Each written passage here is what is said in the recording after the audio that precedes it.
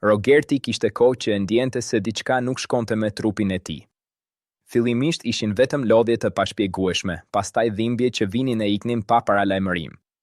Derisa një ditë, pas një sër analizash dhe vizitash tek mjekët, mori lajmin që askush nuk dëshiron ta dëgjojë, një sëmundje e rëndë e pashërueshme që i linte shumë pak kohë.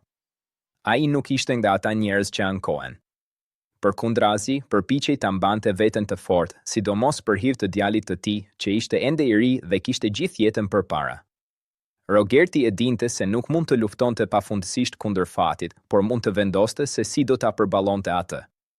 Një ditë, ndërsa dilte nga një ndërtesë ku sapo kishte përfunduar një takim pune, një gazetare ju afrua. Ajo kishte dëgjuar për gjendjen e tij dhe për faktin që ai kishte krijuar një pasuri të konsiderueshme gjatë viteve.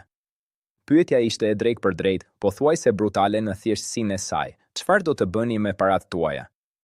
Rogerti ndaloi për një moment. Nuk u duki habitur, as i zemëruar. Vetëm mori frym thellë dhe e pa gazetaren drejt në sy. Në atë çast, nuk ishte një biznesmen i suksesshëm apo një figurë publike, ishte thjesht një baba. Doja fus djalit tem në bank, tha ai qetësisht. Unë nuk e kam jetën e gjatë. Më shumë se 5 vjet nuk besoj se do jetoj. Fjalët e tij ranë si një heshtje e rëndë në ajër. Nuk kishte dram në tonin e tij, as keqardhje të tepruar, vetëm një pranim i thjeshtë i realitetit. Ai vazhdoi më tej, sikur donte të sqaronte diçka që për të ishte shumë e rëndësishme. Paratë nuk kanë vlerë për mua tani. Unë nuk mund t'i marr me vete. Por djali im ai ka nevojë për një fillim të sigurt. Dua që ai të mos shqetësohet për gjërat që më kanë shqetësuar mua gjithë jetën. Dua të ketë mundësi të zgjedhë, jo të detyrohet. Në sytë e tij nuk kishte frikë, por një lloj qartësie që shpesh vjen vetëm kur njeriu përballet me fundin.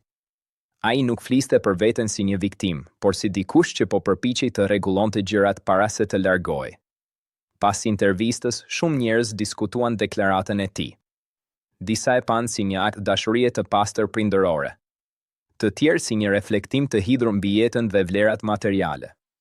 Por për Rogertin ishte thjesht një vendim i natyrshëm.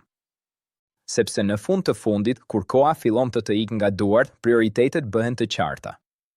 Nuk janë më pasuritë, fama apo arritjet ato që kanë rëndësi, por njerëzit që lë pas dhe mënyra si mund t'ua lehtësosh rrugën. Dhe Rogerti e kishte bërë zgjedhjen e tij.